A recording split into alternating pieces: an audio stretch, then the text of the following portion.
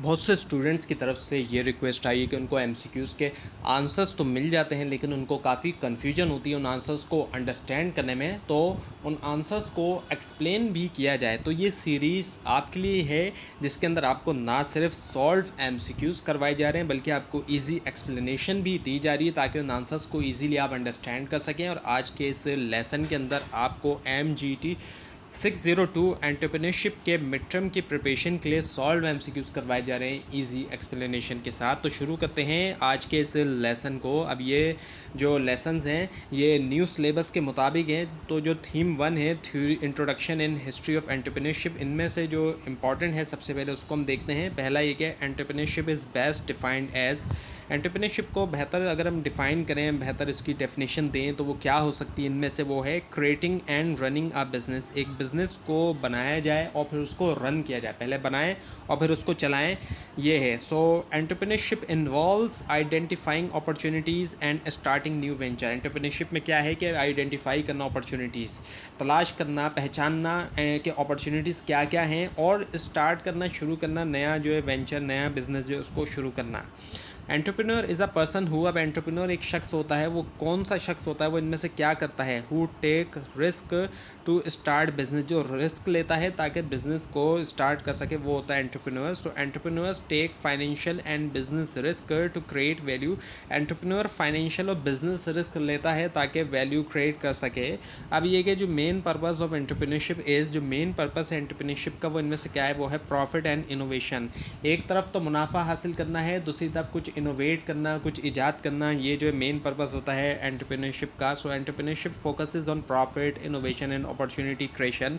Entrepreneurship का focus है profit हासिल किया जाए, मुनाफा हासिल किया जाए, इनोवेशन हो, कुछ ईजाद किया जाए, and the opportunity creation, opportunity जो है उसको भी क्रिएट किया जाए।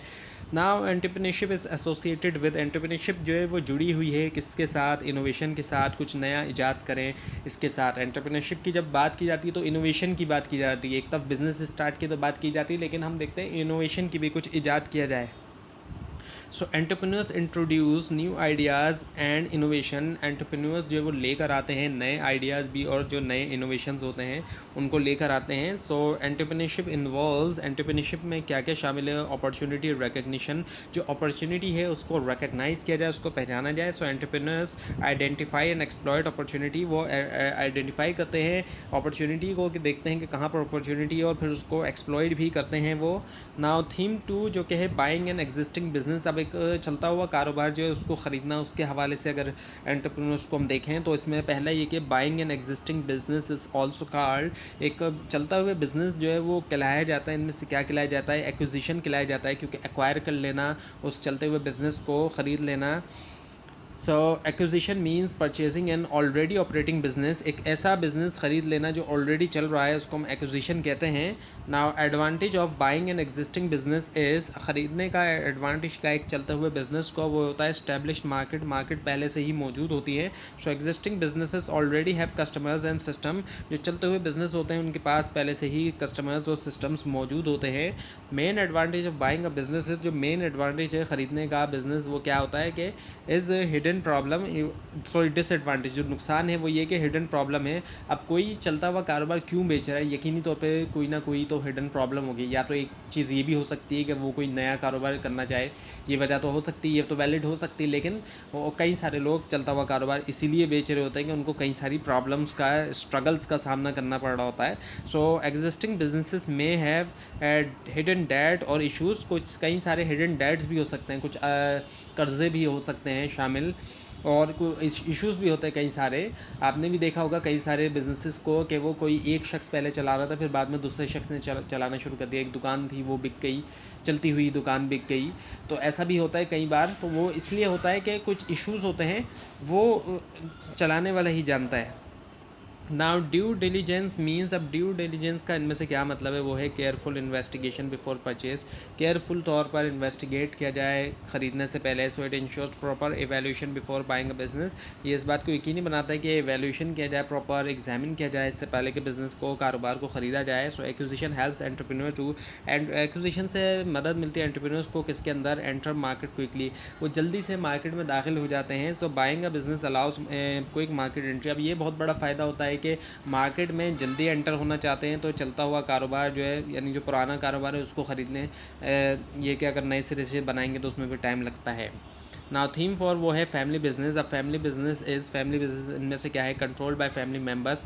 जो फैमिली मेम्बर्स उसको चलाते हैं, कंट्रोल करते हैं, ऐसा बिजनेस को हम फैमिली बिजनेस कहते हैं। So family members manage ownership and operation. Family members he manage करते हैं, ओनरशिप उन्हीं के हाथ में होती है, और ऑपरेशन जो होते हैं बिजनेस के वो भी उन्हीं के हाथ में होते हैं। So main advantage of family business is, जो मेन जो फ़ायदा है फैमिली बिजनेस का वो इसमें से क्या है, strong trust and commitment. Strong trust होना और कमिटमेंट का होना। So family members usually trust each other. Family member usually तौर पर एक दूसरे के ऊपर ट्रस्ट करते हैं। Now common challenge in family business is, अब जो कॉमन चैलेंज हम देखते हैं फैमिली बिजनेस में वो इनमें से क्या होता है, फैमिली कॉन्फ्लिक्ट का होना। So personal issues can affect business decisions. Personal issues affect कर सकते हैं बिजनेस डिसीजंस को। Now successful planning means, successful planning का इनमें से क्या मतलब होता है, passing business to next, business pass करना दूसरे को। और उसके बाद ये ensures smooth transfer of leadership, ये यकीनी बनाता है स्मूथ ट्रांसफ़र जो है लीडरशिप की। अब ये कि family businesses are common in, family business common हम देखते हैं कहाँ पर कॉमन है, small and medium enterprise. Small और जो मीडियम इंटरप्राइज होती हैं वहाँ पर। So most SMEs are family owned. ज़्यादातर जो एसएमईज हैं स्मॉल और मीडियम बिजनेस वो फैमिली ओन्ड होते हैं, फैमिली उनको चला रही होती है। अब फ्रेंचाइजिंग की हम बात करते हैं। फ्रेंचाइज़ आप देखते हैं मुख्तलिफ आपको फ्रेंचाइज़ दिखाई देते हैं, एक तरफ तो टेलीकॉम कंपनीज़ के और दूसरी तरफ जो फास्ट फूड चेन है उसके। सो फ्रेंचाइजिंग मीन्स, इसका मतलब क्या है, यूजिंग इस्टेब्लिश ब्रांड नेम, एक ब्रांड नेम जो पहले से इस्टेब्लिश है उसका इस्तेमाल करना। So franchisee uses a proven brand and system. Franchisee जो होता है वो फ्रेंचाइज़र से ख़रीद लेता है, ये ख़रीद क्या लेता है एक्चुअली, मतलब उससे वो राइट्स हासिल कर लेता है कि वो यूज़ करे प्रूवन ब्रांड, जो ब्रांड दुनिया भर में या पूरे कंट्री में रिकग्नाइज एक ब्रांड है वो उसको इस्तेमाल करे, और उनका सिस्टम भी फिर वो इस्तेमाल करता है, बदले में वो प्रॉफिट शेयरिंग करते हैं और फीस भी वो पे करता है ना। फ्रेंचाइज ऑनर इस कार्ड, अच्छा फ्रेंचाइज ऑनर अलग होता है, जो कंपनी का जिस कंपनी का फ्रेंचाइज होता है ज़रूरी नहीं है कि वो फ्रेंचाइज कंपनी के अंडर में हो उस सेंस में तो है कि कंपनी के रूल्स वगैरह को उनको फॉलो करना है, लेकिन फ्रेंचाइज ऑनर अलग होता है। सो फ्रेंचाइजी कहलाया जाता है franchise owner. Franchisee operates the business, वो बिजनेस ऑपरेट करता है ना। फ्रेंचाइज़र इज़ अ, फ्रेंचाइज़र कौन है, ब्रांड ऑनर है, वो ब्रांड ऑनर जो होता है वो फ्रेंचाइज़र होता है। So franchiser provide brand and system, वो ब्रांड और पूरा सिस्टम भी वो ही प्रोवाइड करता है। Advantage of franchising is, franchising के जो एडवांटेज है वो इसमें से क्या है, स्टैब्लिश बिजनेस मॉडल, वो स्टैब्लिश बिजनेस मॉडल होता है। So franchise provide training and brand recognition, training भी प्रोवाइड करता है, ब्रांड रिकग्निशन भी। So royalty fee is pay to, royalty fee pay की जाती है किसको, फ्रेंचाइज़र को। So franchisee pay are royalty, pays royalties to franchisors। अब ये कि फ्रेंचाइज रिड्यूसेस, अब फ्रेंचाइज़ का फ़ायदा क्या है, लोग क्यों फ्रेंचाइज बिज़नेस की तरफ जाते हैं, हालांकि इनको फ्रेंचाइजर्स की कई सारी जो शराइत होती हैं वो मानना पड़ती हैं, और बहुत बड़ा प्रॉफिट का शेयर और साथ में जो फ़ीस वगैरह वो भी करना पड़ती है। क्यों, क्योंकि इससे रिस्क में कमी आती है। ऑलरेडी जो है वो क्या होता है कि इस्टेब्लिश ब्रांड उनको मिल जाती है, वर्ल्ड रिकग्नाइज या नेशन वाइज रिकग्नाइज एक ब्रांड मिल रही है और उनके पूरे के पूरे सिस्टम मिल रहे हैं, तो रिड्यूस हो जाता है रिस्क, बहुत कम चांस होते हैं फेलियर के। So establish system reduce business risk, establish system जो वो कम करता है बिजनेस रिस्क को। नाउ थीम 5 जो क्या है, characteristics of successful entrepreneur. So successful entrepreneurs are, successful जो एंटरप्रेन्योर्स होते हैं वो इनमें से क्या हैं, वो हैं रिस्क टेकर, जो कि रिस्क लेते हैं।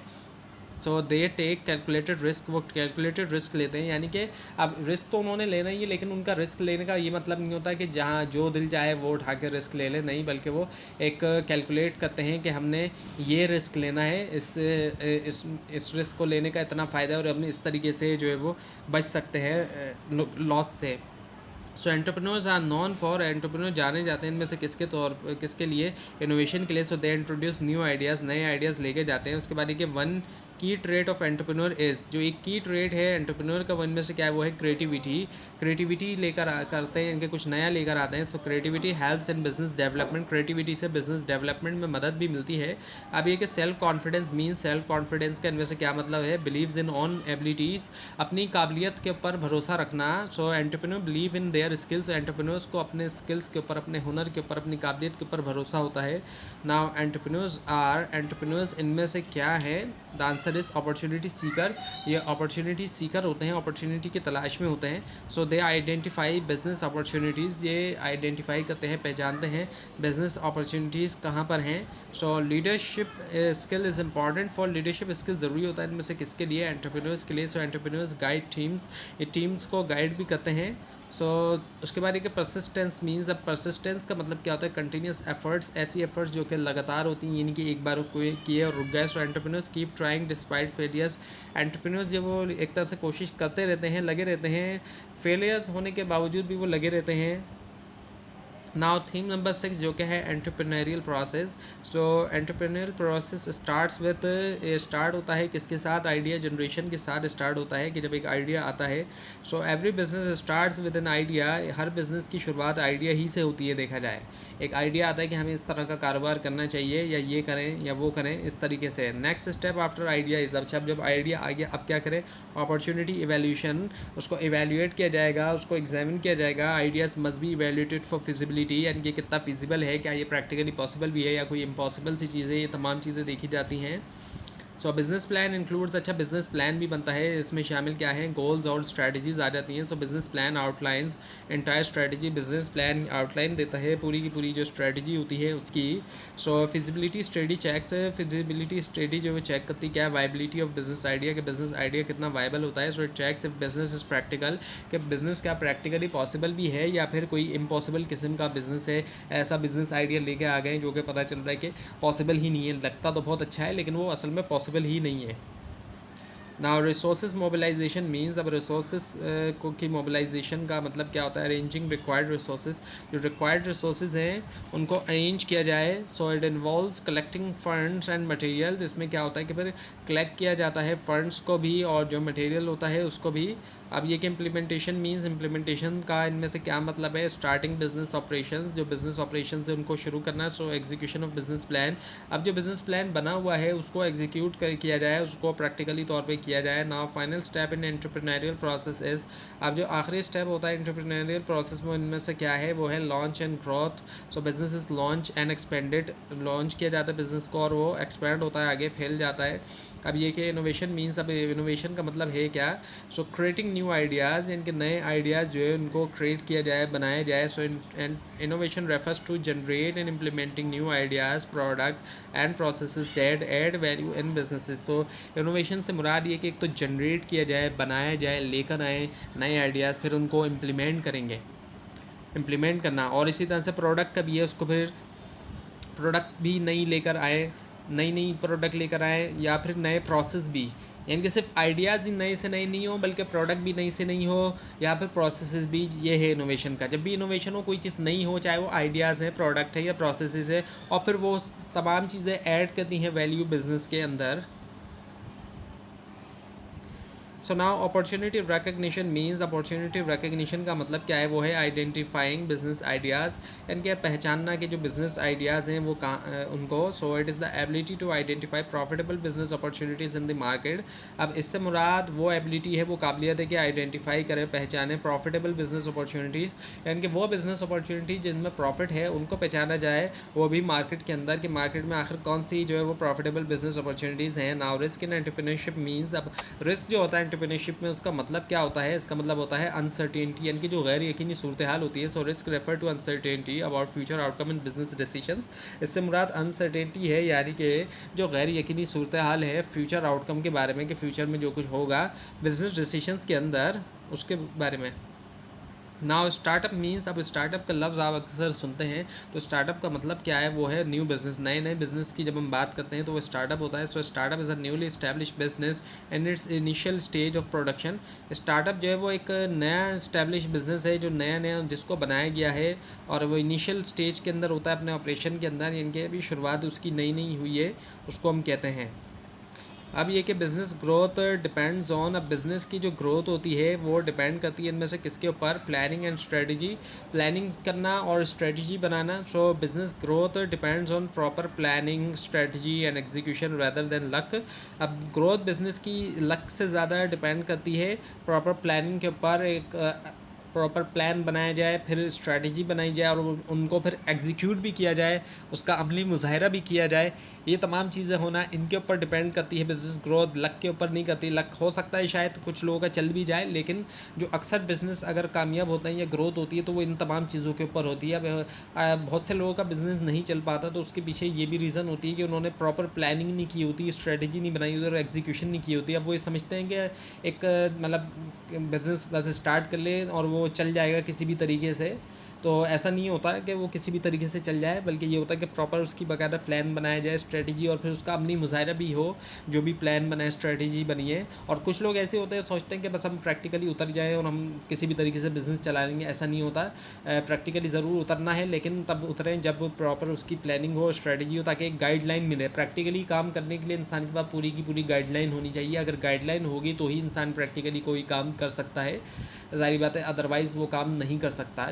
गाड़ी भी इंसान चलाना सीखता है, शुरू में तो कोई ना कहीं से उसको गाइडलाइन मिल रही होती है, या वो ऑब्ज़र्व करता है दूसरे लोगों को, या तो वो दूसरे लोगों को ऑब्ज़र्व करेगा या कोई ना कोई उसको गाइड करेगा, तो ही वो सीखता है प्रैक्टिकली चलाना, अदरवाइज़ वो अगर उसको नहीं मिलते। और इसी वजह से हम देखते हैं कि बहुत से ड्राइवर या राइडर ऐसे भी होते हैं कि वो प्रैक्टिकली ट्रेन नहीं होते हैं, वो उन्होंने कहीं से प्रॉपरली ट्रेनिंग नहीं ली होती, या किसी से प्रॉपरली नहीं सीखा होता, तो वो बहुत ही चला तो रहे होते हैं लेकिन बहुत ही गंदी तरीके से वो चला रहे होते हैं, और उनको ट्रैफिक रूल्स का भी नहीं पता होता। तो यही वजह होती है, और अक्सर वो फिर एक्सीडेंट भी करते हैं। तो वो प्रैक्टिकली काम कर रहे हैं, लेकिन गाइडलाइन ना होने की वजह से क्या हो रहा है कि वो प्रैक्टिकल काम बहुत ही गंदे तरीके से किया जा रहा है, बहुत ही ख़राब हो रहा होता है, वो काम बिगाड़ने वाली चीज़ उसमें हमें ज़्यादा दिखाई देती है। और इसी वजह से हम देखते हैं कि ट्रैफिक इतना ख़राब हमें दिखाई देता है कि गाइडलाइंस का ना होना। So entrepreneurship mainly contributes to, entrepreneurship mainly तौर पे कंट्रीब्यूट करता है इनमें से किस चीज़ के ऊपर, वो है जॉब क्रिएशन। जॉब्स जो है लोगों को मिलती हैं जब एंटरप्रेन्योरशिप होती है, नए नए कारोबार लगते हैं तो लोगों का रोज़गार भी जुड़ता है। So entrepreneurship creates new businesses which generate employment opportunities. Entrepreneurship से नए बिजनेसेस बनते हैं और उन्हीं से फिर एम्प्लॉयमेंट अपॉर्चुनिटीज़ मिलती है, लोगों को रोज़गार जो है वो फराम किया जाता है ना। Franchise system is based on, अब जो फ्रेंचाइज सिस्टम है वो बेस करता है इनमें से किसके ऊपर, स्टैंडर्डाइज मॉडल के ऊपर। So franchising uses a standardise business model provided by franchiser. Franchising के अंदर स्टैंडर्डाइज बिजनेस मॉडल का इस्तेमाल किया जाता है जो फ्रेंचाइजर की तरफ से दिया जाता है। So family business succession is, अब फैमिली बिजनेस जो है उसकी सक्सेशन जो होती है, सक्सेसर यानी कि एक के बाद दूसरा आना, उसको हम सक्सेसर कहते हैं। तो ये जो है किस तरीके से है, वो है ट्रांसफ़र टू नेक्स्ट जनरेशन, यानी कि नेक्स्ट जनरेशन में ट्रांसफ़र हो जाती है, यानी कि एक जनरेशन से दूसरे पेरेंट्स से जो है वो चिल्ड्रन तक ट्रांसफ़र होती है इस तरीके से। तो refers to passing business ownership control to the next generation, इस तरीके से ट्रांसफ़र होती है, बिजनेस ऑनरशिप ट्रांसफ़र होती है और साथ में कंट्रोल भी नेक्स्ट जनरेशन तक जाता है। अब ये कि entrepreneurial mindset mean, entrepreneurial mindset का मतलब क्या है, वो है अपॉर्चुनिटी थिंकिंग होता है। So it is a mindset focus on identifying opportunities and innovation, ऐसा माइंडसेट जहाँ पर अपॉर्चुनिटीज़ को आइडेंटिफाई किया जा रहा है और जो इनोवेशन होते हैं उनको भी, इन दोनों चीज़ों को आइडेंटिफाई किया जा रहा होता है।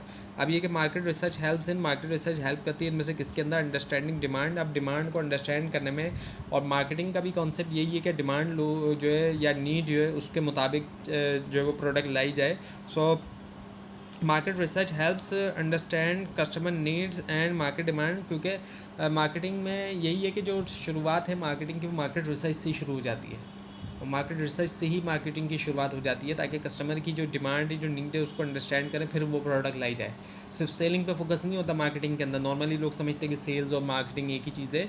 सेलिंग एक बहुत ही छोटा सा हिस्सा है मार्केटिंग का, जबकि मार्केटिंग में तब से ही शुरू हो जाती है जब प्रोडक्ट बनी भी नहीं है या फिर प्रोडक्ट ख़रीदी भी नहीं गई, तब से शुरू हो गई कि कस्टमर की नीड और जो डिमांड है उसके मुताबिक प्रोडक्ट लेकर आएँ या प्रोडक्ट को बनाएँ, और फिर जाके उस प्रोडक्ट को ही जो है वो सेल किया जाए, वो भी प्रमोशन के साथ और कस्टमर को सेटिस्फाई करते हुए।